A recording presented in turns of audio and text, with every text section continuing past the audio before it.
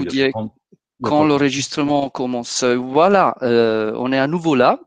Je vous laisse la parole pour la suite. Alors là, je vais juste montrer quelques photos de Borobudur, juste sans commenter, juste pour illustrer. Éventuellement, si je reconnais quelque chose, j'en parlerai, quoi. Donc, ce sont des scènes qui sont censées être celles de... Oui, oui, d'accord. Oui. Il y a des choses qui m'échappent un petit peu dans mon esprit, là, mais d'après Lydie, ça passe pas trop mal. Toi, tu vois ton... Moi, je vois toi, mais je ne vois pas d'image. Ah bon? Tu vois pas l'image? Non. C'est normal parce que tu l'as épinglé. Ah, d'accord. Donc, ouais. Et pour le désépingler, je fais quoi déjà? Tu recliques sur la même icône que tu as utilisée pour dépingler. Exact. Ah, et voilà. Philippe, peut-être que tu peux repasser les premières, je ne sais pas. Oui. Mais il faut qu'il m'obéisse aussi le... Oh. Alors, j'ai pris juste quelques... Voilà, toc. Voilà, c'est un peu dans le désordre, j'ai fait ça très vite. Oui, c'est bien. Oh, quelle merveille.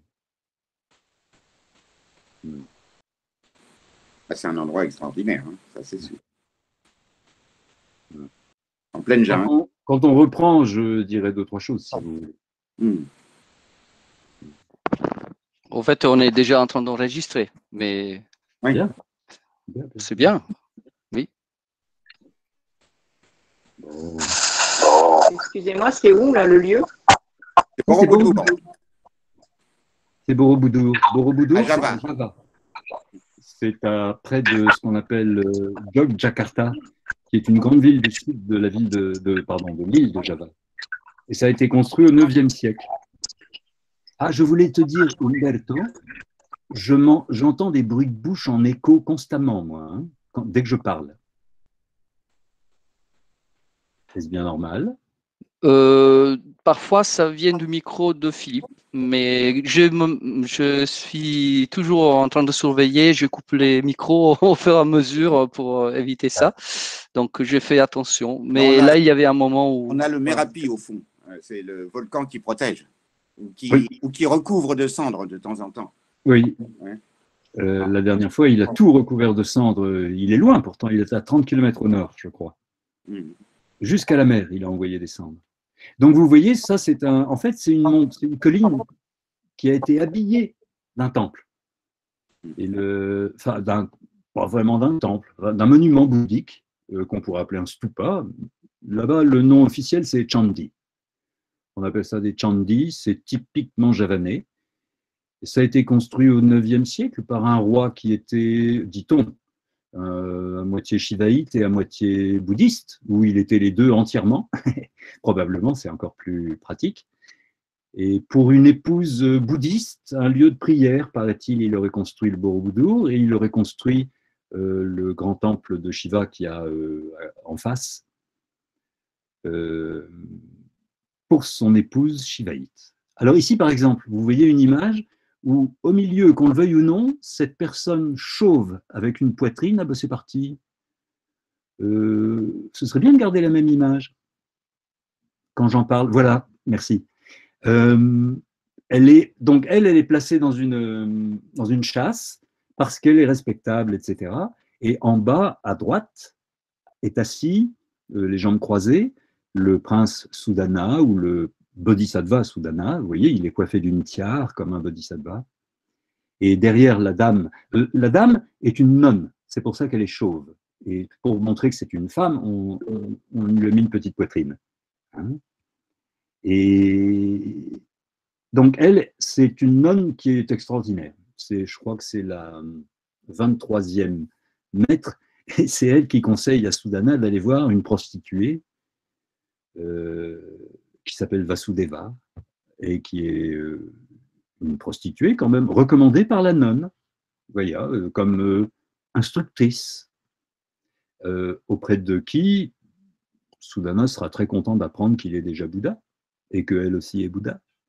Mais on n'est pas dans un tantra, et ce chapitre-là le présente bien. Il montre le désir comme un obstacle, alors que dans les tantras, le désir est un des moyens de l'éveil, ainsi que les deux autres poisons fondamentaux, l'ignorance et la colère, ou la haine.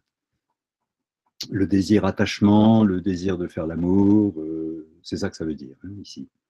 Mais là, on est donc dans un sutra et non dans un tantra, et la distinction est nette. Beaucoup de gens voudraient qu'on soit dans un proto-tantra. Moi, je pense qu'on n'est pas dans un proto quoi que ce soit. On est plutôt dans l'accomplissement du Mahayana et de ses plus hautes valeurs. Et plutôt que dans le début d'un machin qui serait encore mieux. Non, non, non, non. Et tout ça n'est pas forcément historiquement tenu. La Terre est vaste, et l'Inde est vaste, et l'Himalaya incroyable, et le Cachemire terrible, et l'Asie centrale fantastique. Et là, il y a pu y avoir toutes sortes de gens. Il y avait des bibliothèques incroyables dans des déserts, à ce qu'on appelle aujourd'hui Yarkand, même plus loin, Tashkent, Samarcande, entre les deux. Vous voyez, il y a cette Asie centrale qui maintenant est entièrement musulmane. C'est splendide, c'est vraiment splendide. On a vu récemment, donc il y avait comme par exemple les Bouddhas de Bamiyan, il y a eu toutes sortes de productions. Ici, on est devant plutôt un prince, un gourou prince, parce qu'il est porteur d'une tiare, il se tient comme pas forcément comme quelqu'un qui médite au moment précis, mais on voit que devant lui, à droite encore une fois sur l'image, Sudana, nous-mêmes, est prosterné, agenouillé, quoi. Il y a des moments où il est par exemple devant la tour. Alors, oui, on va en parler un petit peu après. Si vous voulez, je voudrais vous parler de la tour de Vairochana. Vous voyez, quand on approche, c'est dans un immense parc, le Borobudur. On dit le Borobudur, ou le Chandi, ou le monument de Borobudur. C'est au cœur d'un immense parc. On paye un petit droit d'entrée, qui est assez élevé quand même pour les étrangers, 10 €. Et on peut tourner autour, on peut faire toutes ces grâces. Et il y a un escalier qui part du sud, qu'on peut deviner un peu ici. Mais bon, et voilà, ici, il y a un escalier, il y a 4 escaliers. Mais celui qui va du sud vers le nord, je crois. Donc en haut, c'est une espèce de... C'est la fin du voyage, quoi. Et donc ce sont des galeries qui tournent autour donc de ce bâtiment. Et dans chaque galerie, à droite comme à gauche, il y a des bas-reliefs qui sont parfois sur 2 niveaux, 2 registres, parfois un seul, avec des personnages qui sont plus ou moins grands. Donc là, on découvre tout le foisonnement de la vie à Java au 9-10e siècle, vous voyez, enfin au 8-9e siècle. Un peu la tête des gens, la forme de leurs vêtements, leurs outils, leurs bateaux, tout ça. Ils sont là pour orner Sudana et ses maîtres. Voilà, c'est ce qu'on peut dire. Et l'escalier, évidemment, c'est le truc des touristes. Les touristes qui viennent ici montent tout droit. Ils sont complètement essoufflés et en sueur. Et quand ils arrivent en haut, ils font une photo, puis ils redescendent. Comme ça, les pèlerins et les machins-ologues, comme nous, ils sont dans les galeries qui tournent et on a le temps de s'arrêter devant chaque panneau et essayer de le comprendre. Vous voyez, là, vous avez des arbres à joyaux. C'est intéressant, les arbres à joyaux. C'est des arbres qui sont faits en feuilles, bien sûr, mais surtout en pierre précieuse. Et il y en a beaucoup, beaucoup, beaucoup, beaucoup, beaucoup dans j'allais dire le roman, dans ce texte. Et là, donc, on voit un personnage probablement princier, encore une fois, qui est donc un laïc. Beaucoup de laïcs enseignent. Il y a 3 moines au début pour montrer certaines choses. Tout est simple, vraiment, vraiment. Lu Tongchen, qui n'était pas un des grands intellectuels de l'école huayienne, qui était plutôt un pratiquant du Chan, du Zen. C'est un homme qui, vers l'âge de 90 ans, il avait toujours vécu. Bon, il devait fuir. On voulait tuer tous les Li à l'époque. Comme il s'appelait Li, comme la famille impériale, le pouvoir avait été pris par l'impératrice, qui n'était pas une Li, elle était une roue, et elle voulait éliminer tous les Li pour être sûr qu'on ne l'assassinerait pas. Donc, M. Li Tongsuen était parti dans les mondes, le Tian Taishan, pas Tian Tai, pardon, le Wu Taishan, c'est-à-dire le monde des 5 terrasses, la terre, enfin le lieu terrestre de Manjushri, une fois encore, veuillez m'excuser. Et il s'est réfugié là dans un endroit qui s'appelait, excusez-moi encore, le Mont Carré. Il s'est réfugié là. Et c'est idiot, hein. Et à l'ombre du Mont Carré, dans une grotte que lui avait indiqué un tigre, qui était fort aimable, il est resté dans cette grotte jusqu'à sa mort. Et de l'âge de 90 ans à 95 ans, je crois qu'il est mort vers 95 ans, 98, il a écrit son fameux commentaire mot à mot de l'Avatamsaka Sutra. Et j'ai utilisé et traduit dans la deuxième partie du premier volume, du volume vert, je l'appelle, j'ai traduit son commentaire, du moins en évitant les répétitions, les intertitres, etc., qui ont dû passer à d'autres niveaux, mais c'est dûment expliqué. C'est un peu fouillis. Je suis obligé de le constater en le relisant quelques temps plus tard, mais la matière, elle est comme ça. Vous verrez, il y a beaucoup tout est malgré tout classé, ordonné, à sa raison d'être là plutôt qu'ailleurs, et tout fait référence à des systèmes bouddhistes, mais qui sont, alors là je suis obligé de l'avouer, chinois. La Chine est spécialiste en apocryphes, et vraiment, des apocryphes ont été produits auxquels font référence tous les commentateurs, bien sûr. Donc ici, on voit, ça peut être des scènes de palais, parce que là, on voit beaucoup de jeunes femmes charmantes, mais ce n'est pas forcément une ambiance religieuse, mais tout est plus ou moins religieux. Mais on ne voit rien de tantrique. Il n'y a pas un seul couple en union, comme on le dit, rien de tantrique. Hein. On est toujours hors tantra, je ne peux qu'insister là-dessus. Et c'est évidemment, des fois, ça se discute. Les tantriques, certains tantriques ont voulu emporter les déesses de la nuit au nombre de 8, alors qu'elles sont 11 ou 13, comme étant les déesses qui entourent Hevajra.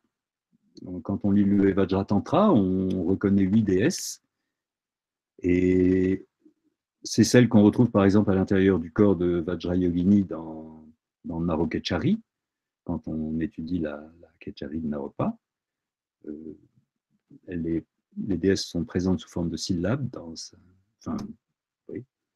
devant ces chakras, c'est assez beau. Mais là, on n'est pas dans les tantras, donc je cesse mon discours pro-tantrique et confusionnel. Ouh, là, c'est très usé, mais on peut imaginer quelque chose de beau. Il est inutile de dire que quand Sudana et Vasudeva se retrouvent ensemble, ils sont dans la même chasse. Je pense que c'est une belle indication. Mais vous voyez, juste dans la même chasse. Ils se tiennent la main, ou je ne sais quoi. Mais bon. Alors là, on est devant un des moments, une des pièces, par exemple, le monsieur avec le luth, c'est une des icônes du Borobudur. Parce qu'en fait, c'est assez grand et c'est assez beau. Ce passage-là est particulièrement esthétique. Le problème, c'est que ça a été fort usé par les vents, les cendres, peut-être par l'homme, qui a vu trop de visages quand même, ça devait l'énerver. Vous voyez.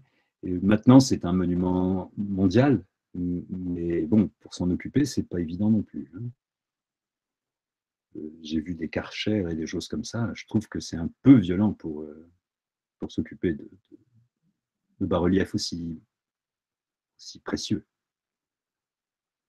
Vous voyez, alors le livre, le deuxième volume, la traduction du sutra, est orné de quelques photos qui ne sont pas toutes parfaites, loin d'être parfaites. Celles que j'ai commises, par exemple, sont terribles, mais celles du photographe professionnel sont plutôt bien. Voilà. Est-ce que je suis au milieu? Ça y est, c'est revenu à la façon habituelle. Bon, j'espère que vous avez pu voir tous un peu, quoi, profiter un peu de ce merveilleux voyage qu'on avait pu faire, effectivement. Il y a Pierre Cornet qui souhaiterait, Monsieur Cornet, savoir si ces images seront communiquées, commentées par Monsieur Carré. J'ai juste envie de dire que la présentation est enregistrée, donc automatiquement vous aurez le commentaire de Monsieur Carré à ce très beau voyage, en effet. Merci. Bah, voilà qui est sympa. Voilà. Sinon, moi, je peux mettre quelques photos, effectivement, à disposition. Hein. Pas de problème, hein, pour l'IOB. Alors, je vois pas d'autres questions, mais j'en ai une très courte qui concerne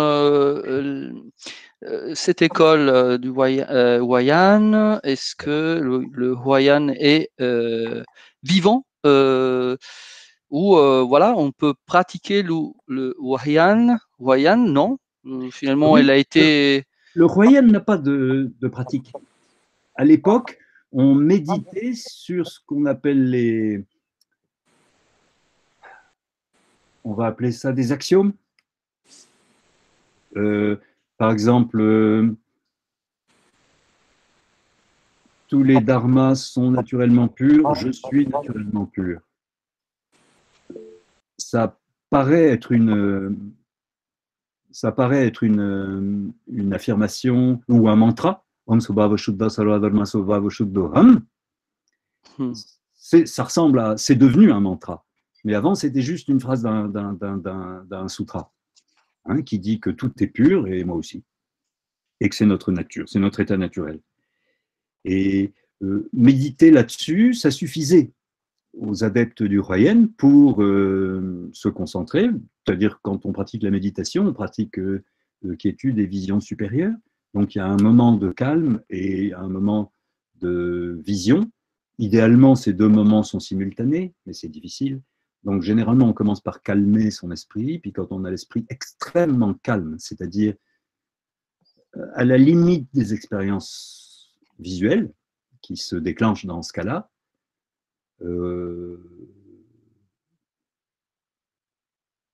on commence à pratiquer ce qu'on appelle la vision supérieure, qui n'est pas vision de forme visuelle, mais qui est compréhension de la nature véritable de ce sur quoi on s'est concentré.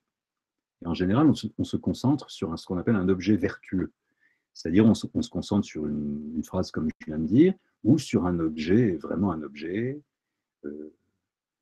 et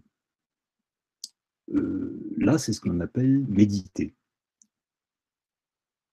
Mais je ne me rappelle plus de quoi je devais parler. La question, c'était est-ce qu'aujourd'hui, il y a une institution, oui, bien sûr, hein, oui, ça oui. existe encore ou ça a été, avec le temps, justement, uniquement absorbé par le Chan et puis d'autres. Voilà, alors on peut dire que c'est absorbé par le Chan. Mais j'ai vu, il y a quand même des organismes Huayan qui enseignent le sutra, mais qui pratiquent soit les tantras, soit le Chan. Ça a toujours été comme ça, traditionnellement. Puisque toutes les vérités du Huayan sont applicables dans l'un comme dans l'autre. Et il est courant de dire que la pensée Chan, c'est le Huayan, et la pratique Huayan, c'est le Chan. Quand je dis Chan, je veux bien dire Zen aussi, hein, bien sûr. Mais je qualifierais un Zen très élevé et un Zen moins élevé, parce que le Zen proposé par le Huayan commence à la première terre des Bodhisattvas, c'est-à-dire par le véritable vœu de l'esprit d'éveil, qui, vous connaissez, hein, c'est la volonté d'atteindre l'éveil pour le bien de tous les êtres, et il y a l'esprit d'éveil comment on appelle ça, un vœu, puis il y a aussi l'action, mais aussi on le divise en absolu et relatif. Et l'esprit d'éveil relatif, c'est cette volonté qui, elle, se cultive essentiellement avec des méditations sur l'amour, ou bienveillance, sur la compassion, etc. Mais l'esprit d'éveil absolu, il ne se médite sur rien.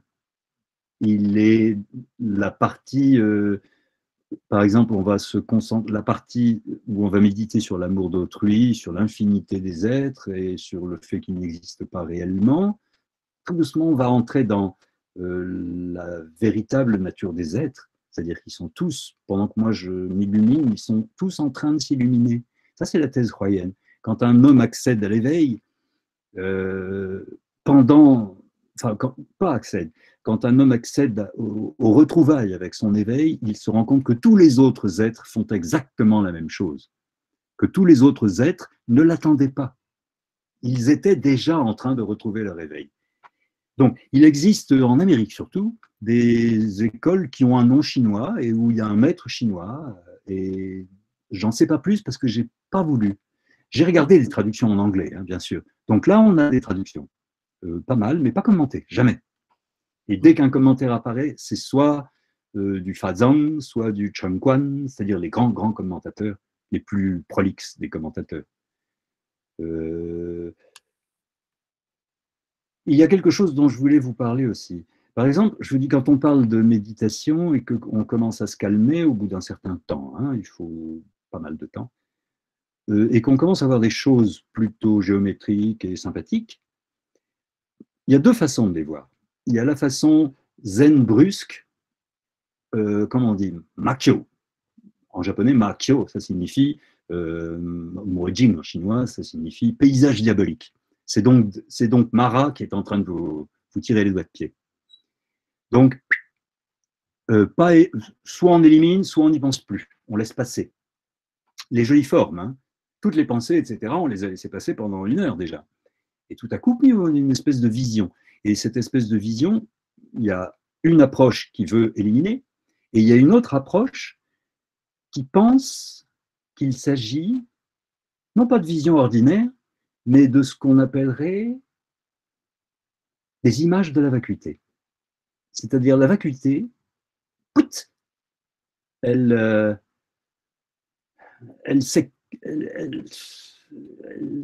produit ces images qui sont. Alors, il y a plusieurs façons de voir quelles images. Il y a les images des déités, les images des emblèmes des déités, de formes géométriques, etc., ou le monde entier. Évidemment, ceux qui soutiennent cette vision, je ne vous tairai pas qui, ce sont les adeptes tantriques du tantra de Kalachakra, hein, de la roue du temps. C'est dans le Kalachakra, dont les pratiques sont multiples et variées, mais dont une est assez célèbre, qui ne consiste qu'à s'occuper de ces canaux subtils, ces gouttes, ces souffles, et c'est ce qu'on appelle de la phase de perfection. Et cette phase de perfection peut s'approcher en 6 yogas, qu'on appelle le sextuple yoga du Kalachakra. Et dans ce sextuple yoga, la première chose à cultiver, c'est la concentration mentale jusqu'à l'apparition des images. Et après, j'allais dire la cultivation de ces images. Ensuite, il faut se concentrer sur ces images. Elles deviennent les nouveaux objets de concentration. Il ne faut pas confondre non plus avec ce qu'on appelle le nimitta dans le véhicule des anciens.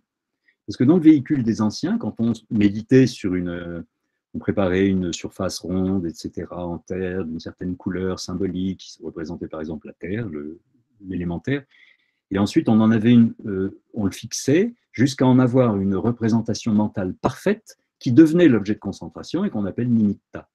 Ça aussi, c'est une image qu'on pourrait qualifier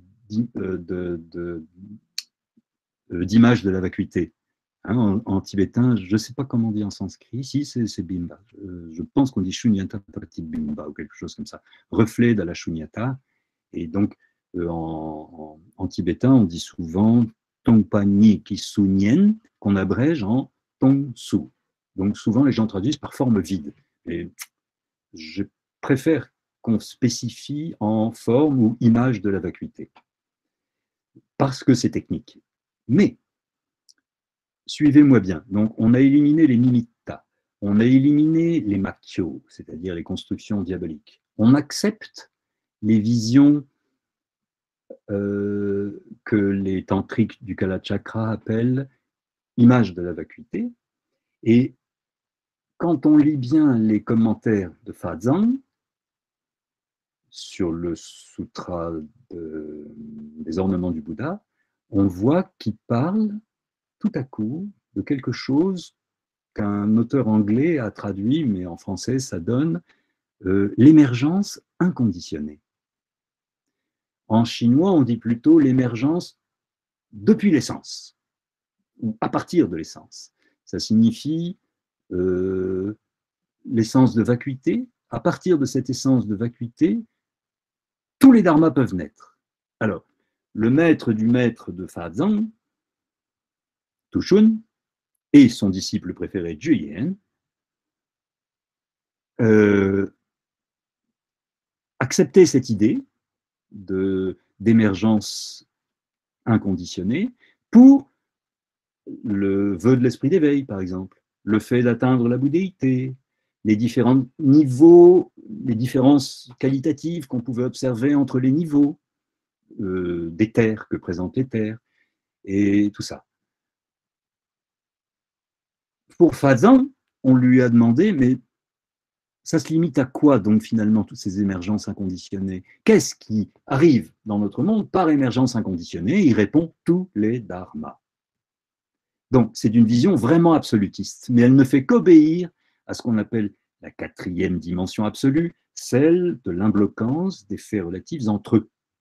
Vous voyez, elle est très importante, cette imbloquance des faits relatifs entre eux, parce qu'elle nous permet, elle est ce qu'on appelle dans les tantras, je crois. Tout ce que je vous dis là, c'est ma réflexion, la réflexion d'un clampin tantrique sur l'avatamsaka, hein, en gros. Et donc, je vous livre mon cœur et voilà, c'est tout. Des fois, les mots ne sont pas faciles à trouver.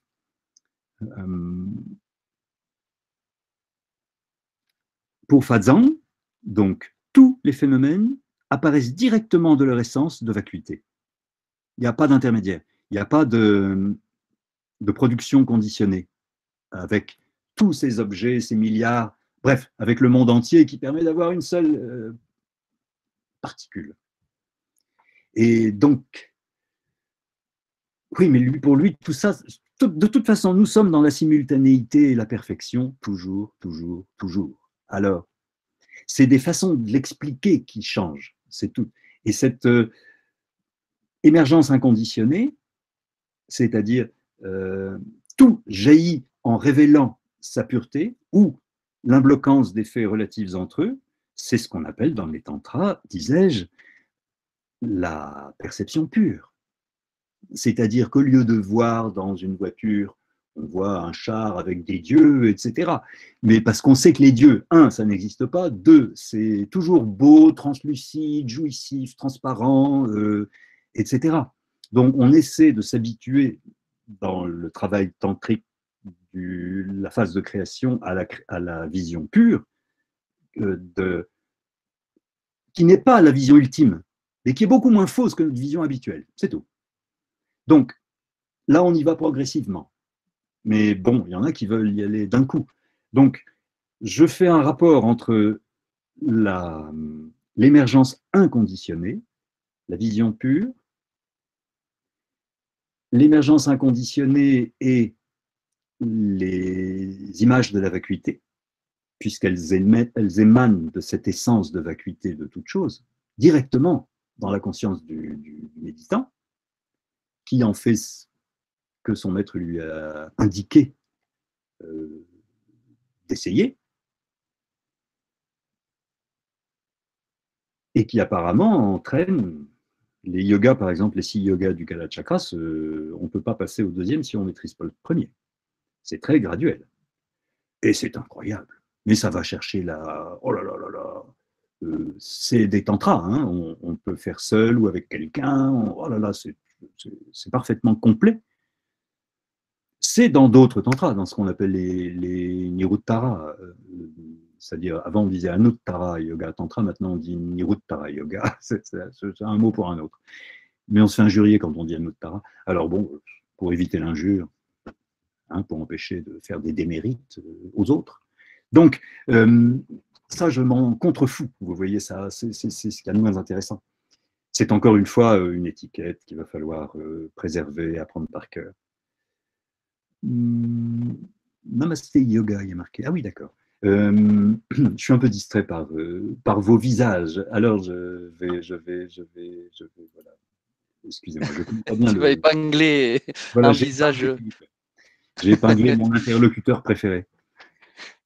Donc, Philippe, tu vois, pardon, Umberto, tu voulais... Ah non, je m'excuse, je vous laisse continuer, effectivement. Ok. Donc, tu vois, Philippe, là, j'ai aligné toutes sortes de ressemblances qui m'ont frappé et qui sont peut-être pas fausses, qui sont forcément pas fausses du point de vue nous avons une quête commune, enfin, tout le monde, dans les bouddhistes, ont une quête commune qui est la bouddhéité parfaite. Et il y a mille et une façons de l'approcher. Puisqu'on peut même, en étant chrétien, etc., faire quelque chose, je crois. Donc, sans quitter la croyance en Dieu. Ça me gêne pas. Je suis resté un peu sur ma faim, juste Oui, par rapport justement à la pratique, à l'existence encore d'une école Wayhan qui... voilà. Je suis resté juste un peu sous ma faim par rapport à une chose. Vous avez dit que, en effet, c'est le Chan aujourd'hui, par exemple, qui intègre bien ses enseignements et les pratiques aussi. Mais j'ai eu comme l'impression que le Zen ou le Chan n'enseigne pas assez ou n'enseigne pas trop ce sutra, par exemple. J'ai l'impression que, et c'est une impression, je n'ai pas une connaissance assez approfondie à ce sujet. Est-ce que c'est un texte clé finalement ou pas trop Moi, je pense que ça l'est, mais on vit avec les extraits, comme les Tibétains le citent. C'est-à-dire, il y a des grandes thèses dans ce texte. Par exemple, le filet d'Indra. Bon, les maîtres Chan parlent fréquemment du filet d'Indra. On le trouve même dans le Sin Sin Ming, on trouve des analogues, le un est tout, tout est un. Ce sont des thèses que défend. Je ne sais pas si c'est nécessairement l'Avatamsaka qui l'a inventé, mais ce sont des thèses défendues dans l'Avatamsaka. Mais je pense pas, non. Je pense que notre sutra a disparu, sauf chez nos amis chinois qui l'enseignent en appelant leur école du Huayan, ou d'autres noms, école du lotus machin, ou je sais pas quoi. Ça a d'autres noms. Mais c'est des maîtres que je ne connais pas très bien, et puis vous savez, les sites sont difficiles à percer, vu qu'ils sont faits à la gloire d'un maître plutôt qu'à définir le maître, et c'est très compliqué de s'y retrouver. Mais pour vous dire, Umberto, je pense que non, notre texte, je fais acte de je ne sais pas quoi, de défrichement, parce qu'on ne le connaît pas assez et on en connaît juste les moments forts qui ont été relevés dans les 10 portes du mystère, etc. Ce n'est pas les moments forts, c'est ce qui se dégage de ce texte. Il n'est pas marqué dans le texte, vous savez, le Dharmadhatu, c'est votre esprit et il faut respecter votre esprit. Enfin, tout ça est dit, mais c'est dit dans des contes et légendes, c'est dit il y a des récits de vie. Chaque déesse raconte comment elle s'est illuminée. Et chacun de ces récits est bourré de symboles que faire sortir Li Tongxuan, pardon. Et donc, est-ce que je peux pas vous en dire plus. Il y a une chose quand même, c'est peut-être, je ne sais pas où ils en sont, mais en Corée, il y a le Hwaom quand même qui. Oui, qui a l'air d'être plus évolué au niveau Hwaom lui-même ils ont l'air de considérer avec plus d'importance ce texte. Ouais. Mais que peut-on faire que de l'étudier, disons d'en étudier les commentaires, quitte à réécrire un nouveau commentaire. Mais c'est une œuvre infinie, puisque à part les œuvres de Fazang, qui a écrit beaucoup de commentaires, et il y a quand même Chung Kwan, qui a réécrit un commentaire en entier, en 90 volumes, que ses élèves ne comprenaient pas. Donc, il a produit 125 autres volumes pour commenter son commentaire. Donc, il n'y a pas eu, comme la littérature moyenne est folle, totalement folle. Le but étant de montrer l'infinie supériorité du Huayan sur tout, dont les tantras. Oui, les gars du Huayan, ils sont incroyables avec les tantras parce qu'ils s'en moquent ouvertement. Quoi. Pour moi, la sagesse, non, c'est pas dans le ventre, c'est plutôt dans la tête, mais bon, c'est comme vous voulez. Hein. Ils veulent pas croire au chakra, ça les ennuie, ils disent c'est du temps perdu. Allons directement à l'esprit. Voilà. Donc, ils ont un préjugé en faveur de l'esprit. Mais c'est ça qui nous fait penser. En fait, on compare souvent le Dzogchen avec le Zen, mais je dirais que le Huayan est peut-être beaucoup plus proche en fait de l'esprit du Dzogchen. Oui, Mais c'est quoi la pensée du zen? Bah, C'est la pensée du Royen. oui, de toute façon. Sa pensée. Oui, Mais oui, sa oui. pratique, c'est l'arrêt de la pensée, en gros. Hein. C'est Oui. donc voir ce qui se passe quand on a l'esprit débarrassé des pensées. On n'arrête pas les pensées, mais on serait content qu'elles n'y soient plus. Oui. Et on regarde comment l'esprit est une fois qu'il ne pense plus. Et il est, théoriquement, il n'est que paix et luminosité. Voilà. Ça, c'est des définitions. Hein. Je n'en ai pas l'expérience, mais paix et luminosité. Et, oui. En tout cas, rien d'endormi. Cette émergence inconditionnée, c'est pareil, ça fait penser à Kadak Lundrup, quoi, c'est-à-dire la pureté primordiale, d'où se manifeste la présence spontanée, mais on pourrait l'appeler émergence inconditionnelle, oui. Ou inconditionnée. Oui. Si on prend le... Oui, non, c'est l'origine du samsara et du nirvana, le Kadak Lundrup. Hein, oui. Voilà. Pareil, la vision du Dharma Dhatu en tant que principe absolu, c'est une vision de la vacuité. Et tout émane de là. Tout émane de là. Mais se réalise et atteint son sommet dans l'égalité avec le quatrième Dharma Dhatu, celui de l'imbloquance des faits relatifs entre eux. C'est-à-dire que leur vacuité a une forme immédiatement, ou la forme a une vacuité perceptible aisément. C'est-à-dire qu'il y a une perception complète des causalités et des choses comme ça. Comme qui dirait en un fragment d'instant. C'est pour ça qu'on dit le Bouddha ne prononce qu'une syllabe et les êtres entendent dans leur langue tout ce dont ils ont besoin, tout ce qu'ils ont besoin de savoir pour progresser. Hein, le Bouddha n'a besoin que d'une syllabe. Alors des fois, il y a bagarre dans les tantras pour quelle syllabe, mais peu importe. Le premier, le nada, ce son qui est entre l'absence de son et le son, les hindous l'appellent Sarasvati, d'autres l'appellent ce qu'on veut, hein, mantra, syllabe germe, et ça revient au même. Ce sont à la fois des objets de concentration forcés, mais ils ont été inventés, non, ils ont été pêchés dans cette vacuité qui passe son temps à produire des formes. Et voilà, toutes ces syllabes sacrées ou toute cette façon, l'idée même de l'esprit d'éveil, c'est une forme de la vacuité géniale. Et c'est une émergence spontanée géniale. Une émergence, inconditionnée. C'est-à-dire qu'il n'a pas de conditions, hein, de causes et de conditions, c'est-à-dire qu'il ne passe pas par le trajet, si on peut appeler ça comme ça. Là, ici, le trajet global, le trajet cosmique de toutes les causes et conditions d'un seul objet.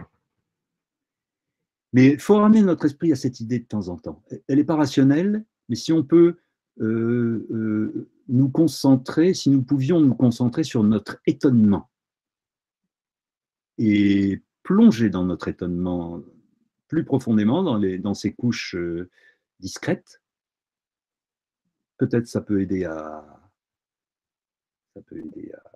méditer. Voilà.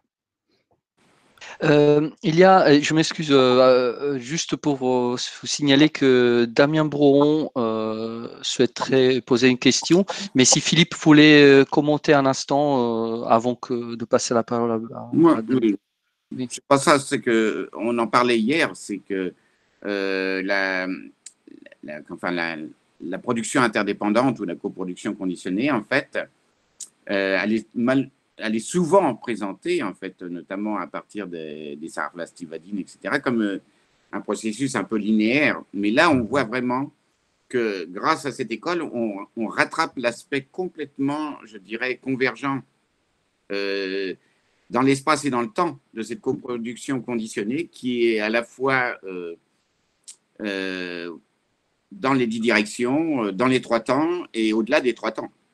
Et il y a vraiment quelque chose là qui est une espèce de récapitulation de la coproduction conditionnée en tant que manifestation de la vacuité et avec l'aspect également de manifestation lumineuse d'une certaine manière. Donc c'est vraiment une espèce de synthèse ultime, je dirais, pratiquement du Mahayana. C'est ce mot ultime qui me fait plaisir. Oui. Parce que des fois, on dit que synonyme de l'éveil, on parle de limite du réel. Alors on se dit, tiens, il y a une limite. Non, ça signifie que on est allé. Il ne peut pas y avoir d'autres réels. Il n'y a pas plus réel que ce réel-là, quoi. Donc c'est pour ça qu'on appelle ça limite du réel. Le réel forme une sorte de limite à la raison, pour ainsi dire. Hein, c'est tout. Mais, bon, c'est ce qu'on appelle bhutakoti en sanskrit. Bhutakoti, yandaka. Et donc limite du réel, je crois que j'ai traduit du chinois. Mais yandaka veut dire yanda, yandapetra. Kata étant une limite, hein, et yandak étant l'authentique, le réel, comme on veut. Voilà. Et oui, c'est bien de dire ça aussi parce qu'il faut quitter la vision en serpent, là, ou la vision de la chaîne, des maillons, etc., qui est un peu limitée, un petit peu limitée. Ça nous met dans une sorte de tuyau, quoi. Et du coup, si on est dans le tuyau de la coproduction conditionnée de façon conventionnelle, on ne voit plus du tout l'aspect, je dirais presque calé. Oui, ça manque de réalisme. Oui. Ça manque de. Ça ressemble à rien, la production conditionnée, la coproduction conditionnée linéaire. Il est plus réel de la voir à X, cause et condition. Là, X égale l'infini, mais bon, l'infini moins 1. Vous êtes bien d'accord, parce qu'il y a un objet qui est le patron et tous les autres sont ses associés, hein, comme ils ont l'air de le voir. Voilà. Oui, Voilà. oui. Et c'est un réseau, c'est un filet de perles d'Indra. Oui. Voilà. Oui. Et oui, là, chaque perle représente chaque phénomène avec la présence ou la pénétration de tous les autres phénomènes en lui. Et comme on aime bien dire dans les tantras, sans que chacun ait changé de forme, de taille, de définition conventionnelle, ni rien. Donc, on revient à la fusion sans confusion. Hein, c'est bien pratique aussi, ça. Là, la langue française, des fois, peut nous aider à abréger. Mais il y a fusion. Vraiment, il y a interfusion, hein, très, très intime, puisqu'il y a similitude absolue à cause de la vacuité essentielle. Mais il ne faut pas oublier que cette vacuité, elle est la coproduction conditionnée. C'est-à-dire que si on retire la coproduction conditionnée, il n'y a plus de vacuité, il n'y a plus de compénétration. Voilà. Donc, il y a une logique à respecter. Sinon, il n'y a plus de bouddhisme, de toute façon. Oui. Alors, d'après toi, Philippe, c'est quoi la pierre de touche, la chose principale du bouddhisme? C'est la vacuité, la compassion, la coproduction conditionnée? C'est la coproduction conditionnée comme la seule explication vraiment très originale qu'a apporté le Bouddha. C'est vraiment ça, mais c'est tellement puissant que c'est vraiment au centre. Et en même temps, c'est toujours dans l'optique de nous débarrasser en quelque sorte des conditionnements, quoi. C'est-à-dire que la souffrance, c'est le lot du conditionnement, et le déconditionnement, oui. C'est précisément de défaire en fait cette saisie de la coproduction conditionnée qui nous emprisonne. Enfin, pour moi, c'est ça, quoi. C'est ça l'essentiel du message du Bouddha, quoi. La saisie, tu veux dire la préhension en quelque sorte des phénomènes comme s'ils étaient réels et comme s'ils étaient substantiels. Et il y a donc aussi la vision substantialiste de la coproduction conditionnée, ouais. Qui suppose, par exemple, Hegel avait un problème entre l'être et le non-être, alors il invente le devenir, et puis tout le monde se frotte les mains. Mais moi, je pense que c'est quand même le devenir d'un être. Et même si l'être n'existe pas, le devenir existe. Mais par contre, l'Aufhebung, c'est-à-dire cette espèce d'auto-transcendance, est très intéressante. Hein, il faut quand même pas cracher sur les belles fleurs de la culture mondiale. Quand même, hein, c'est très important de prendre conscience de l'unité vers l'esprit et de comprendre que chacun de nos pas est en fait une montée. sauf exception. Mhm. Nombreuses les exceptions. Hein. Et comment, Damien, peut-être, tu peux y aller? Oui, avec plaisir, Damien. Alors, j'avais deux questions. Une qui est plus générale, et puis une autre que je poserai après sur la traduction d'un texte de Longchenpa. Mais les deux sont liés. Alors, moi, je me disais, est-ce qu'il n'y aurait pas dans le Goda Vira Sutra des ressources pour penser ce qui est impensé dans le bouddhisme, comme par exemple la beauté? On voit bien dans les traditions monothéistes, dans la philosophie occidentale, ou chez Abhinavagupta, il y a une pensée de la beauté. Il me semble que dans le bouddhisme, ce n'est pas le cas, ou en tout cas, ce n'est pas une catégorie très, très développée, très affirmée. Est-ce qu'il n'y aurait pas des ressources avec cette vision du Dharmadhatu qui fait que chaque phénomène est l'expression de l'absolu? Est-ce que là, il n'y aurait pas une forme de beauté immanente à tout être, toute chose, et qui pourrait se développer et permettre de comprendre peut-être l'art différemment, comme accès au Dharmadhatu? Je pense. Pardon. Oui, je ne t'interromps pas. Non. Voilà, c'est fini. Je pense que tu as complètement raison en disant que ce sutra est aussi un hymne à la beauté. Même son titre, au Grand Sutra. Hein. Pourquoi dis-je ça? Non. Oui, Avatamsaka, bien sûr. Parce que ça signifie ornement. Le mot ornement contient en lui-même, par exemple, la poésie, chez les Tibétains et les Indiens, c'est l'art de l'ornementation. C'est-à-dire, ça contient à la fois la métaphore et ce qu'on met autour des métaphores. Il y a une façon indirecte de s'exprimer.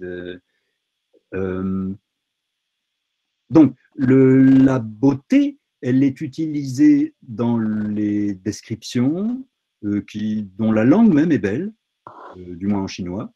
Mais c'est une beauté d'une certaine manière. Elle est un peu surchargée, par exemple.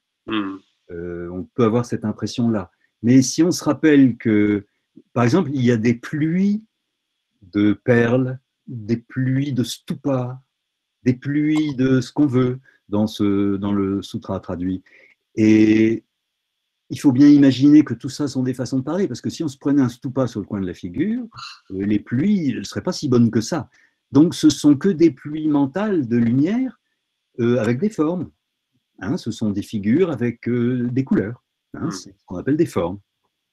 Et il est évident que les couleurs sont le plus possible harmonieuses et que les formes sont le plus possible harmonieuses. J'en veux pour preuve l'art bouddhiste, qui est quand même une réussite. On n'a qu'à voir les premières statues chinoises, 5e siècle, on regarde les peintures, on voit les fresques, un peu dans toutes les zones d'Asie centrale. C'est quand même, il y a une quête éperdue de la beauté, qui serait donc une expression, encore une expression de l'éveil. C'est plutôt dans ce sens-là. Et donc la beauté, nous, elle nous renvoie plutôt au sublime, le sublime un peu abstrait. Mais quand même, la beauté, elle devrait nous... pour moi, elle est en soi et elle est réjouissante en soi et c'est une fin en soi qui, je ne vais pas dire qu'elle me rappelle, elle est à la gloire de Dieu, mais un peu, quoi. Quand j'ai l'esprit net, j'ai un paysage net autour de moi. Là, par exemple, il y a de la lumière, etc., et je ne vais pas trop mal. C'est plutôt beau, quoi. C'est plutôt beau. Mais le même paysage, je ne peux pas savoir comme je le trouve triste quand j'ai le blues. Je le trouve vraiment très laid.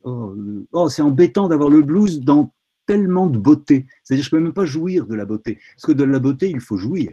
Sinon, comme je disais, on peut être écrasé ou on peut être exclu. On ne peut rien comprendre. Ça, c'est un peu l'art contemporain. Il y en a qui comprennent, d'autres pas. Des fois, moi, je ne comprends pas. Des fois, je comprends. Mais l'abstraction ou les choses comme ça, ça peut ne pas évoquer quoi que ce soit chez quelqu'un. Enfin, ça peut le laisser de glace, quoi, ou de charbon.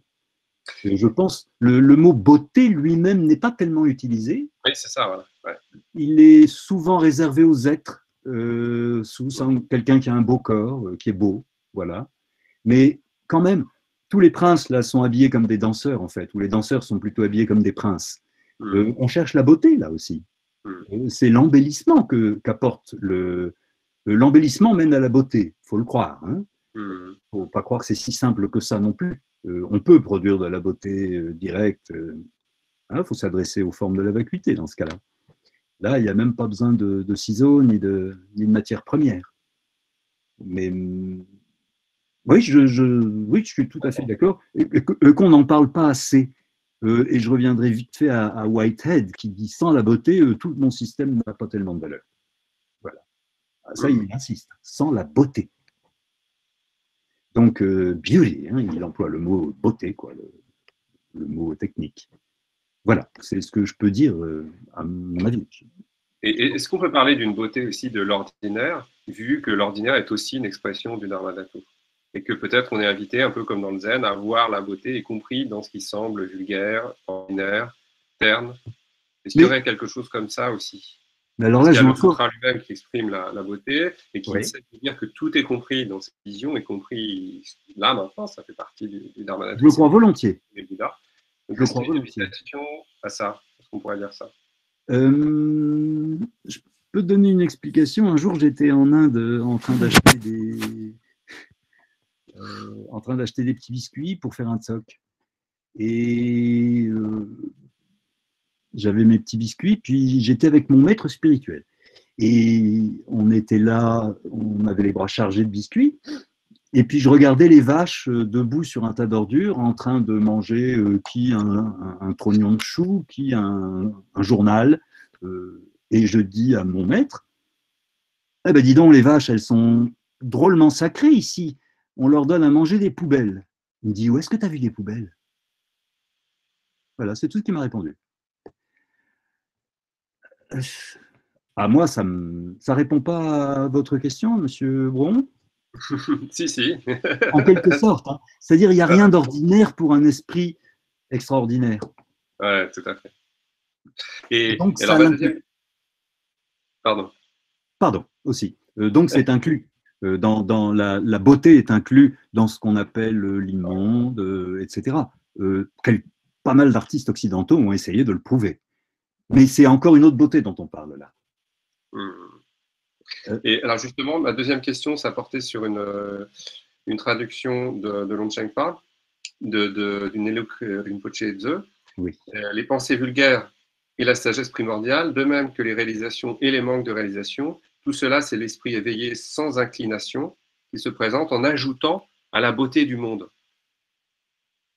Et qui est la traduction, si je comprends bien, de Genki. Oui, en ajoutant à la beauté du monde. Et ça, je me suis dit, en ajoutant à la beauté du monde, j'ai eu du mal à comprendre ce passage-là et à comprendre aussi le rapport avec le tibétain.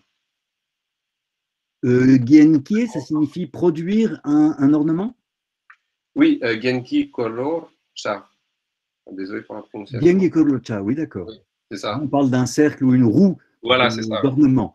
Quand on dit une roue d'ornement, on veut dire des ornements incessants. Hein, ça n'arrête pas d'ornementer et ajouter à la beauté. Ça ne veut pas dire ajouter de la beauté. Ça signifie contribuer à la beauté. Hein, c'est une expression française qui veut dire ça. Ajoute à la beauté du monde. Hein, ajoute à sa beauté. C'est conventionnel. C'est un cliché littéraire. D'accord. Je ne pourrais pas dire autrement.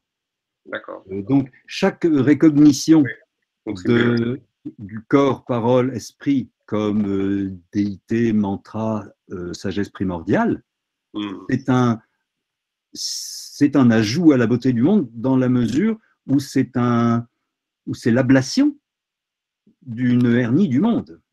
C'est l'ablation d'une saleté du monde, ou d'une laideur du monde. C'est-à-dire cette mécompréhension que nous sommes des dieux et que toute parole est sonore et vide, donc un mantra, et tous nos actes sont baignés de grande félicité, que les filles sont d'une beauté absolue, que les garçons aussi, et que tout le monde est bien content, à tout point de vue, dans cette grande, comment on va dire, cette grande beauté, oui, dans cette grande beauté où règne, où domine la passion amoureuse, et les océans de jasmin qui prouvent la jouissance perpétuelle, on parle de corps de jouissance, pas pour rien non plus,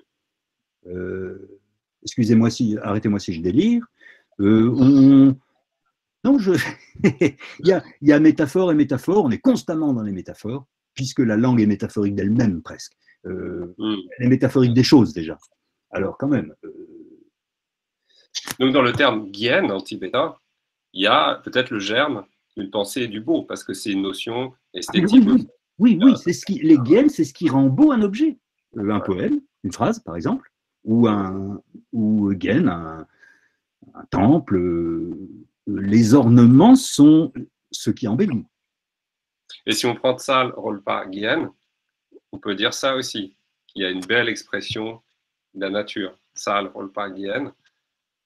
Est-ce qu'on peut aller dans ce sens aussi? C'est quoi ça le repas? Tsal. Ah, Tsal, d'accord, Tsal Rolpa Gien. Oui, ça c'est le pouvoir créatif de l'éveil.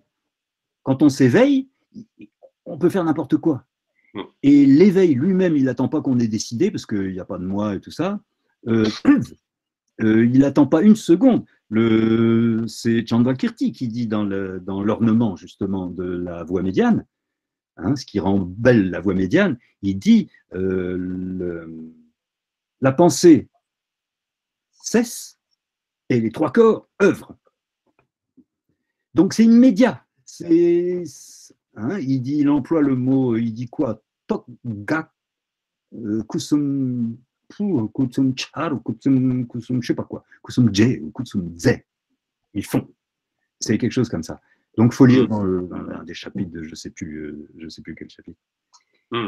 Donc il n'y a même pas à réfléchir. Le fait que les trois corps font, au niveau du corps absolu, on ne peut pas comprendre. Du corps de jouissance, les bodhisattvas des 10 terres peuvent comprendre certaines choses, mais pas toutes. Il faut être de la 10e pour en comprendre quasiment toutes. Et au niveau de ce qu'on appelle le corps d'apparition, tout ce qui peut inspirer un être est partie du corps d'apparition. Il y a un corps d'apparition animé et inanimé. Il y a des corps d'apparition sublimes, qui sont ces messieurs qu'on appelle les Rinpoche des fois, ou ces dames. Et vous voyez, la beauté, oui, non, elle n'est pas exclue du système. Et elle est quasiment une preuve de la netteté. Il y a eu, oui, je ne sais pas si on peut appeler l'art fasciste beau. Il est peut-être énorme, justement, mais il n'est pas forcément beau. Je pense que notre sutra est à la fois énorme et beau. Mais c'est mon point de vue, et je le dis pour m'y être intéressé longtemps.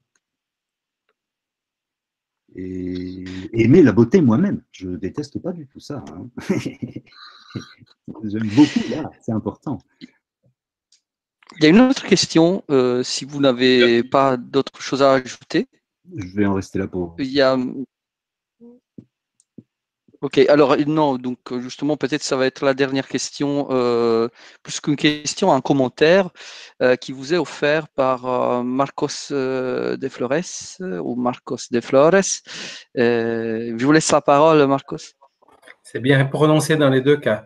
Alors, c'est vrai que la coproduction conditionnée, une chose que je trouve, je reviens sur un discours préalable que vous avez fait, extraordinaire, parce que Bouddha pose un socle, le pilier principal du bouddhisme, que 25 siècles plus tard devient l'élément principal de la science. Parce que quand on fait de la science, on doit apprendre à ne pas voir une cause et effet, mais une myriade des conditions qui favorisent un événement, dont certaines conditions sont plus importantes, mais aucune est suffisante.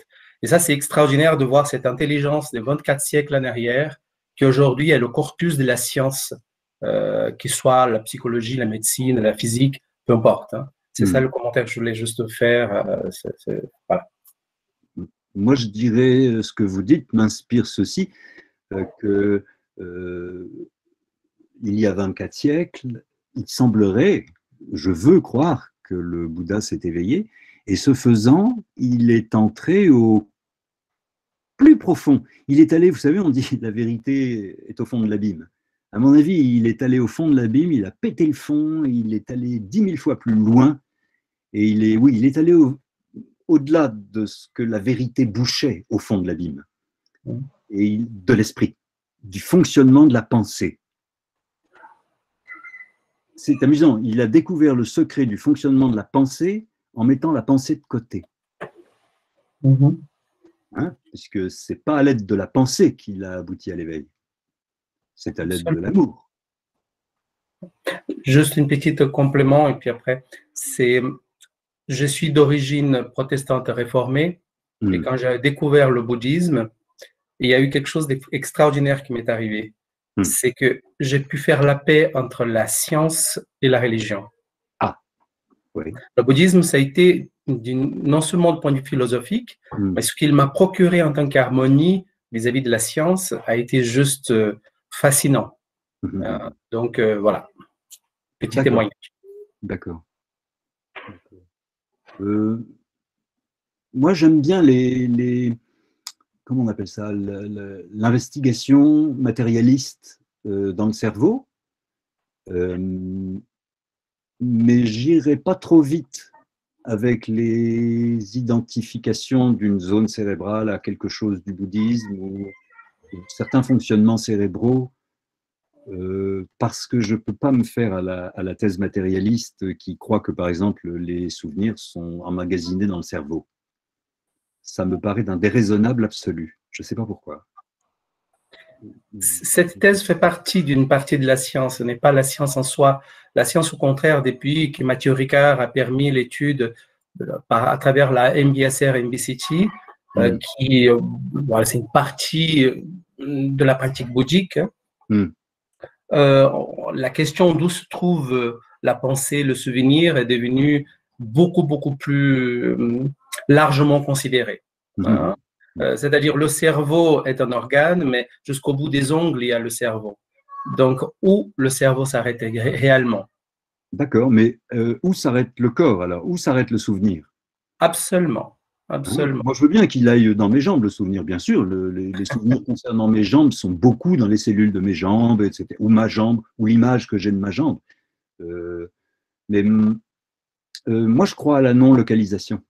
Je crois que les choses n'ont pas de lieu. Et elles n'ont pas de lieu parce que Whitehead explique bien. La chose qui nous embête, c'est qu'il y a un sujet et un attribut. Et lui, il veut détruire la notion de sujet. Et donc, il invente ce qu'on appelle les entités actuelles et tout ce qui va avec. C'est un peu compliqué, mais c'est très intéressant. En tout cas, il permet de critiquer cette obsession aristotélicienne et puis cartésienne de l'existence de l'esprit et du sujet. Alors, le sujet, c'est un problème très important. Dans le bouddhisme, on le met à égalité avec l'objet. Dans la gnoséologie traditionnelle, il faut un objet pour qu'il y ait un sujet. Donc, c'est l'objet qui est la condition, qui est le socle du sujet. Le sujet, c'est l'instant de conscience qui crée l'objet. Alors, le paradoxe des Chittamatrines et leur Madhyamaka à eux, ils disent, puisqu'il ne peut pas y avoir de sujet sans objet, mais que c'est le sujet qui crée l'objet, dites-moi la solution. Ouais. Et je dirais même que la notion d'ego, qui pendant longtemps a été confondue parce que en psychologie, on a 3 grandes cathédrales qui abordent la question de l'être humain, mais du point de vue scientifique, l'ego n'est pas la personnalité. Et ce qui est incroyable, ce que le bouddhisme considère comme ego, la science le retrouve conceptuellement. C'est-à-dire, l'ego n'est pas la personnalité, il en fait partie, il est illusoire. Oui, il est la fabrication vers laquelle tend l'individu. Hein, il est cet ensemble de constructions qui préoccupe l'individu et qui tendrait vers lui-même ou elle-même, enfin l'individu, vers lui-même, croit-il. Absolument. C'est-à-dire qu'on a des œillères qu'on nous a appris à avoir depuis qu'on est petit. Moi, on m'a dit, il faut être le dessus du panier, il faut être ceci, n'importe quoi, on me disait. Et comme si j'étais quelqu'un qui allait devenir quelque chose, quoi, en gros. Hein, ou comme disait un auteur hier, on prend un tas de sujets dont on fait un troupeau d'objets. Hein, et non, ça ne va pas. Maintenant, on cherche le sujet politique. Hein, les gauchistes, tout ça, ils cherchent, c'est qui le vrai sujet politique? Ils ont du mal à le trouver, hein, dont on parle en politique.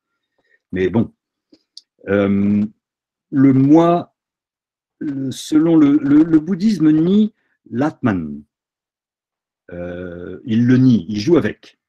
Il ne veut pas que l'Atman égale le Brahman, qu'on entend être l'absolu. Donc le bouddhisme s'attaque à toute la pensée qui était écrite dans les Upanishads, essentiellement. Et pourtant, c'est si proche, la définition de l'Atman, de tout ce qu'on nous dit. Mais on décrit une entité éternelle, créatrice, etc. Alors que, revenons au Tibet, l'école, on va dire l'école Jonangpa croit à la réalité absolue de la vérité absolue, par exemple. Mais, Damien qui pose une question par écrit, ça me trouble. Faut mettre des guillemets, oui, mais il faut mettre les guillemets entre guillemets, ce qui les abolit. T'es d'accord, Damien? Bref, je dis ça comme ça. Oui, dire que l'idée de cosmos, il me semble que dans le Dharma, ça peut être toujours contre guillemets, puisqu'il n'y a rien qui fonde un... Ou alors, il faut qu'il y ait une forme de réalisme, il faudrait qu'il y ait un cosmos qui soit un ordonnancement qui existe en dehors de qui le perçoit. Et là, c'est ce qui est prévu par les Sarvastivadines, non? Oui, c'est ça, oui. Mmh. Mais après, effectivement, on ne peut pas vraiment parler de cosmos. Non, après, on nous apprend que le mont Mérou, c'est notre colonne vertébrale, et que les 4 continents, c'est nos 4 membres. C'est ça, oui. Et après, on nous apprend que non. Finalement, le mont Mérou, c'est Rigpa, et que les 4 membres, c'est Rigpa-Tsel. Alors après, on nous apprend que tout ça, c'est des mots, mais que c'est rien du tout. Voilà. Vous voyez, donc, on est à des tas de niveaux tout le temps. Ça change tout le temps. Il n'y a pas c'est impossible de... Donc, il n'y a pas vraiment de monde ou de cosmos, quelque part. C'est pas possible. Ou toujours entre guillemets. C'est toujours comme un monde, mais ce n'est pas vraiment un monde. Non. Mais vous voyez bien, il y a quand même une astronomie très active. Ouais, c'est vrai. Et très étonnante. Avec des objets qui changent. Hein. Les objets astronomiques changent, vous le savez, vous voyez bien. Ils n'arrêtent pas de changer, d'ailleurs. Ils ne savent plus quel mot inventer pour dire c'est là, mais c'est ailleurs, tout en étant lié à l'autre truc avec lequel il ne fait pas corps, tout en explosant vers le dedans, en implosant donc, etc. Inversion de l'espace et du temps, trou noir par-ci et autres trous de verre par-là. Alors, je ne sais plus. Il y a la SF qui vient se glisser là-dedans en plus. Et la quête de la beauté. Bien sûr. Je pense que par rapport à cette vision où la science peut appuyer les vérités ou les enseignements ou les expériences bouddhistes, s'appuyer sur ça, c'est implicitement croire qu'il y a des lois de nature, qu'il y ait une nature et que par la raison, on puisse mettre sous formule la compréhension de cette nature. Et donc, c'est aller tout droit ou perpétrer la scission entre sujet et objet. Comme vous l'avez dit, il y aurait un sujet qui appréhende une réalité qui est éternelle et qui a des lois. Et donc, ça me semble un peu dangereux de mon point de vue, parce que si on reprend par exemple le Source du cœur, qui casse tout. En fait, il casse la forme, il casse le vide, il casse les skandhas. Donc, au-delà, il y a Gate Parasamgat, c'est-à-dire qu'il y a quelque chose qui transcende tout ça et qu'il faut s'appuyer sur rien.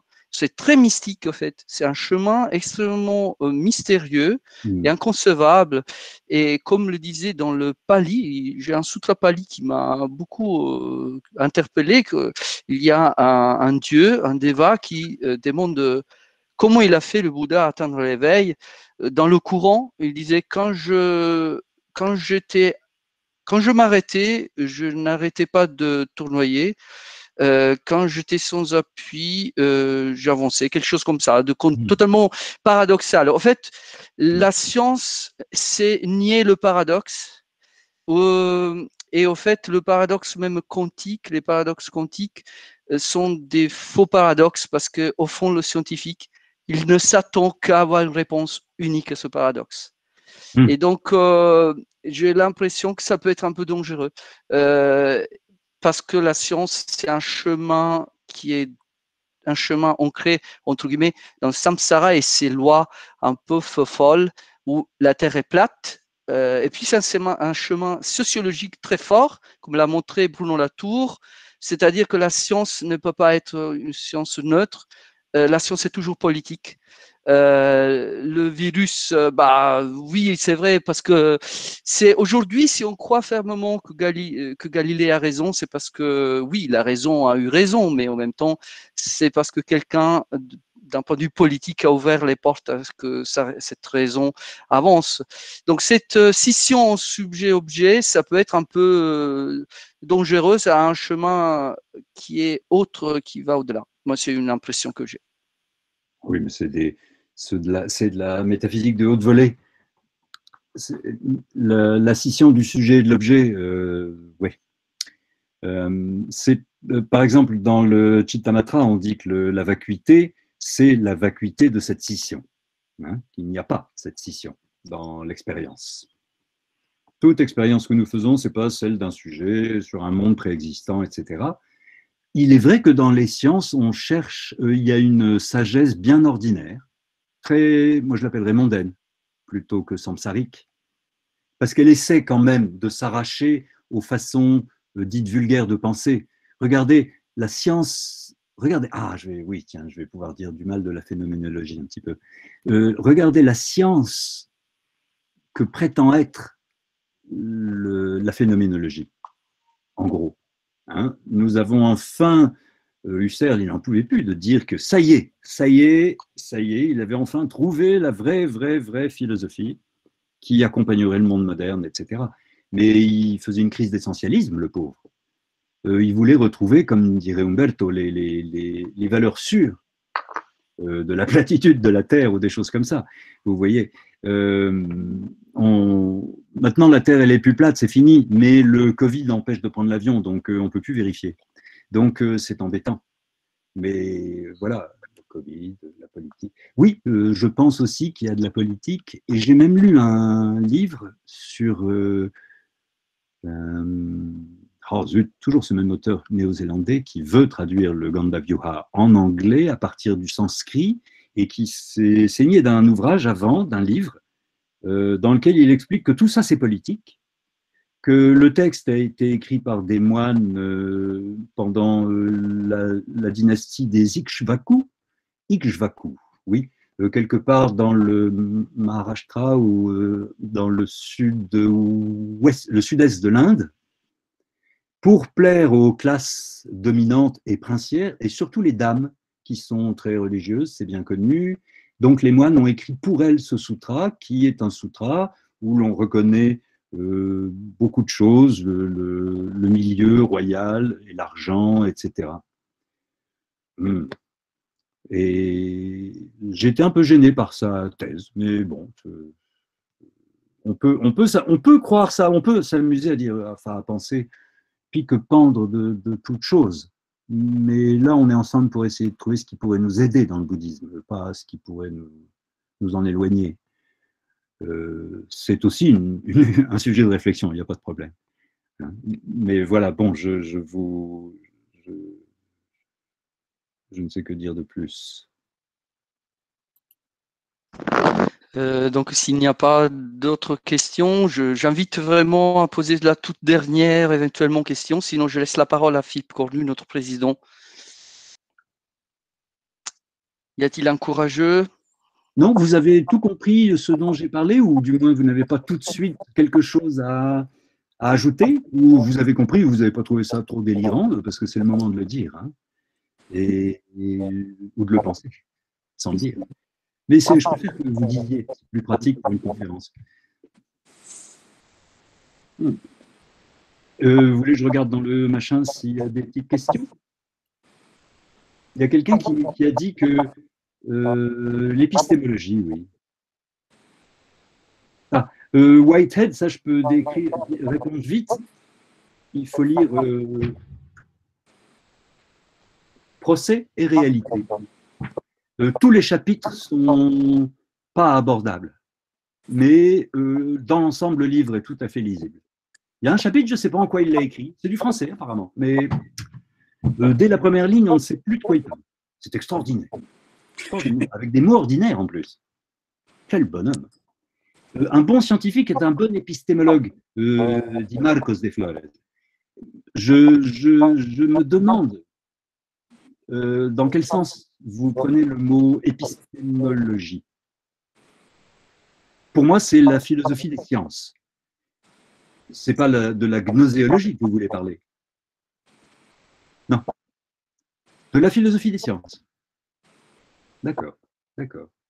Eh bien, je souhaite qu'il y ait des bons épistémologues chez les... Voilà, c'est Douglas Hosto, l'homme qui a écrit le livre qui dit du mal. Donc, Douglas Hosto et ce monsieur... merci beaucoup, Paul. Ce monsieur qui veut faire la traduction. On s'est écrit constamment. En fait, il voulait que je lui donne tous mes commentaires parce qu'il était paumé, complètement paumé.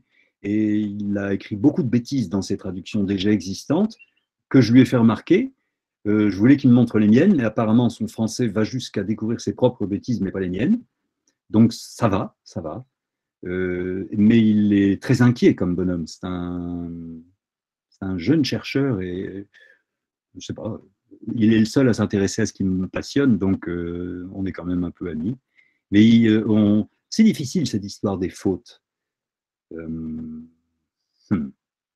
Attendez, je regarde un tout, dont Whitehead. Sans localisation, tout le Cosmos Guillemets, oui. Oui. Le bouquin de Douglas Hosto, il est un peu cher, il est à 110 €. Je me le suis offert parce qu'il fallait trop travailler dessus. Mais je veux bien m'en séparer. Si quelqu'un le veut, je peux lui offrir le mien. Il faut me donner votre adresse. Voilà. Je m'en fous un peu, moi, des bouquins. Une fois que je les ai lus, j'ai tout écrit dans mes carnets, ce qu'il y avait d'intéressant dedans. En gros, les livres, ça prend 5 lignes. Tout livre prend 5 lignes. Sauf quand, évidemment, il y a beaucoup de calculs dedans. Mais qu'est-ce qu'il y a d'inutilité dans les thèses et tout ça? Oh là là là là. Damien. Et 4 ont rejoint l'appel. Vous êtes gentil. Je ne sais pas l'appel de quoi, c'est l'appel. Je ne sais pas quel appel, moi. Donc, c'est le système, il tombe pas mal en panne et on est obligé de se reconnecter. Ah, oh. Ah oui. Bon, dans l'ensemble, vous avez entendu, parce que moi-même, je n'ai pas l'habitude de ce système et je ne me vois pas, par exemple, maintenant. Sinon, j'apparais en haut à droite et tout petit. Alors, je ne sais pas si vous avez vu mon crâne, mon col. J'espère que vous avez vu la partie la plus signifiante de moi, pas la plus belle, mais bon. Parce que la plus belle, c'est mon poing, mais bon, ça ne vaut pas le dire. Allez, allez. Est-ce que cette notion de simultanéité, de perfection, ne vous choque pas? C'est choquant quand on regarde le monde, mais c'est parce qu'on a une vision impure, vous allez me répondre. C'est pas choquant, moi je trouve pas ça choquant, mais par contre c'est tout le temps étonnant. Ça oblige constamment de se retourner sur l'évidence qu'on croit avoir et de regarder autrement. C'est ça qui est intéressant. Mais alors, moi, c'est cet autrement qui me gêne. Parce qu'il nie la quatrième. Non, c'est même pas autrement, oui, d'accord. Oui. Parce que même l'erreur est un moment d'éveil. Oui. En quelque sorte. Ça ne veut rien dire, moment d'éveil. Oh là là, la langue! Oh là là, la langue! La langue est... Damien, il faut dessiner ça. On peut pas faut le jouer en musique, à mon avis. C'est la musique qui aura ultimement raison de tout le délire. Parce qu'elle est vraiment internationale et l'harmonie, c'est pas rien. Moi, dans la musique, je distingue la mélodie et l'harmonie et je pense que l'harmonie, qu'est-ce que c'est grand, l'harmonie, que de mettre tous ces sons ensemble et que ça marche si bien. Écouter une symphonie, c'est illuminant si elle est bonne. Si c'est pas une saloperie pompière, hein, mais si c'est vraiment une symphonie qui, je sais pas, la première de Brahms, par exemple, oh là là là là là, c'est quand même un peu pompier. C'est du bon pompier, à mon avis. Il faut excuser plein de trucs, il faut des exceptions partout et il faut des règles pour pouvoir s'en foutre. Et voilà, c'est très important. Et surtout de s'en foutre, il ne faut pas abuser parce que ça deviendrait une règle. Hein? C'est pas mal comme conclusion. Oui, j'aime bien rire, c'est amusant. J'ai une amie là qui s'endort paisiblement. Hein, Idil, tu t'endors? Moi, il se réveille étonné. Ça y est, l'éclat de rire. Bon, c'est bien. Ouais, bah écoute, moi j'ai trouvé que c'était un super. Ça donne envie de le lire, hein, franchement. Je ne sais pas, j'espère que cette maladie atteindra beaucoup de gens, mais Oui, je oui. ne leur conseille pas s'ils ne sont pas vraiment prêts non plus. Dans ce cas-là, il faut lire, je ne sais pas quoi, Esprit Zen, Esprit Neuf. C'est bien. Voilà, pas de problème. C'est plus simple à lire, mais c'est beaucoup plus difficile à atteindre. Au moins, avec mon bouquin, on peut se cacher derrière le fait que je me suis mal exprimé, ou que c'est un gros sutra difficile et qu'on n'en a pas encore atteint le bout, et que le bout doit être signifiant comme le début, etc. Mais c'est un sutra qu'on peut lire aussi par morceaux, aussi, en picorant aussi, en se laissant imprégner un peu aussi par. Voilà. Moi, je vais vous dire mon point de vue. C'est un sutra qui est composé de 3 parties. Prologue, partie principale, épilogue. Le prologue est composé de 3 parties, l'épilogue de même, et la partie principale est composée de 50 parties. Ah ouais. Le prologue, une partie du prologue se lit en 7-8 minutes à peu près, la première, la deuxième en un peu moins et la troisième en beaucoup moins. Donc, on peut lire en séance minutée, etc. Et chacun des 50 mètres, plus ça avance, plus ça devient long. Quand on arrive au DS, ça prend un peu de temps. Mais on peut mettre une dizaine de minutes maximum par intervention. Et pour la fin, à part le chapitre de Maitreya, qui est extrêmement long, mais qui a été subdivisé, on peut subdiviser un peu. Et puis, moi, je vous conseille de lire au moins tout le passage de Maitreya, qui est consacré, tout le livre est consacré à l'esprit d'éveil relatif, au niveau du langage, mais quand on entre dans la tour de Vairochana, qui est dans le chapitre de Maitreya, on entre dans le monde de la dimension absolue, pas du tout, de la dimension absolue certes, mais d'absolu dans l'esprit d'éveil absolu. Parce que tout ce qui est indiqué là, c'est une façon de percevoir les autres et de travailler avec eux et d'être eux et d'être au-delà, ensemble. Donc, je vous conseille vraiment de lire ce chapitre de Maitreya, qui donc est le plus long, mais il est découpé en parties, et vous pouvez vous faire un petit plaisir apéritif une fois par semaine en lisant ce qui se passe dans la tour, parce que vous verrez, à chaque fois, ça change. Ça change. On est en présence, on entre dans une tour où, quand la porte se referme, tout est, je vais employer un mot un peu bizarre, psychédélique. Tout est psychédélique, même ce sur quoi on marche. Partout, il y a comme des moniteurs, des écrans qui montrent des milliers de trucs en 3 dimensions, qui ont lieu les unes dans les autres et qui, dès qu'on saisit un machin, ils se transforment en 50 autres trucs. Il y a des Maitreya qui apparaissent partout. Il y a des tours qui apparaissent. Il y a même il y a des villes de tours qui apparaissent, qui sont beaucoup plus grandes que l'intérieur de la tour, etc. Donc, je vous conseille la lecture, mais une lecture attentive, éventuellement agrémentée du commentaire de Li Tongxuan, qui est pas mal, qui est vachement intelligent, l'intelligence pure là, qui arrive là-dedans. Oui, c'est intéressant. Hein. L'intelligence, j'ai un ami, on a un ami commun, beaucoup de nous, qui traduit Rigpa par intelligence. Et il est apprécié de certains qui sont plus classiques. Il est apprécié sur ce point-là. J'ai du mal à le suivre là-dessus, parce que je trouve que c'est vraiment, il a fait exprès, hein, c'est une traduction littérale du mot, Rigpa. Donc il aime bien se référer aux mots, à ce qu'ils disent. Mais là, je ne sais pas, c'est un long sujet de discussion sur le choix. Donc on dit Rigpa, mais c'est pas satisfaisant. C'est comme si on disait Dieu. C'est-à-dire, je veux dire, on dit un mot qui a tous les sens qu'on veut. Et moi, je voudrais un mot qui ait pas tous les sens qu'on veut, qui ait au moins tous les sens qu'on ne veut pas, déjà. Et qui nous ouvre l'esprit, qui nous permette de découvrir. Mais bon. Ouais. Je souhaite qu'on aille au-delà du langage, mais je souhaite que le langage que je peux vous offrir soit une sorte de tremplin pour pirouetter dans l'absence de langage, mais pas dans l'hébétude. Il faut se méfier de ça aussi, quand même. Le doigt qui montre la lune. Oui. Hein, toujours. Oui, le doigt et la lune. Oui. Il faut se méfier que le doigt qui montre la lune ne devienne pas une injonction. Ah oui. Parce que dans ce cas-là, il faut mordre le doigt et se foutre de la lune. Voilà. C'est tout ce que je peux vous dire. Mais bon, restons respectueux. Mais méfions-nous des injonctions. Si elles ne sont pas orientées vers le bien, il faut s'en méfier.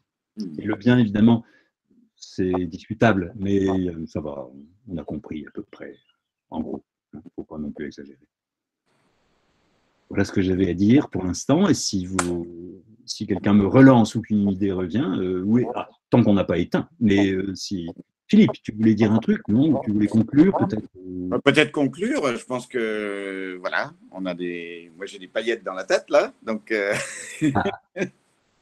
et dans le cœur aussi, parce que c'est quelque chose qui parle du cœur aussi. Donc c'est vraiment ouais.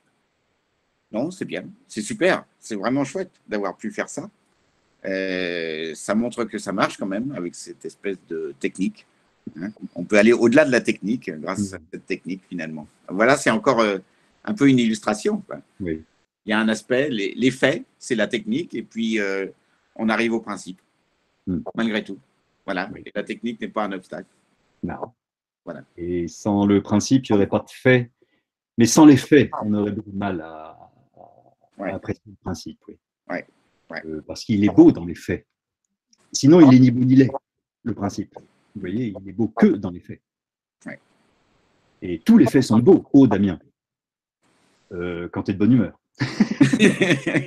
Sinon, tu prends ta peine avec toi, puis tu essaies d'en voir les réalités, et ça va mieux après. Mais bon, des fois, quand on est vraiment mal, on ne peut pas faire cet exercice.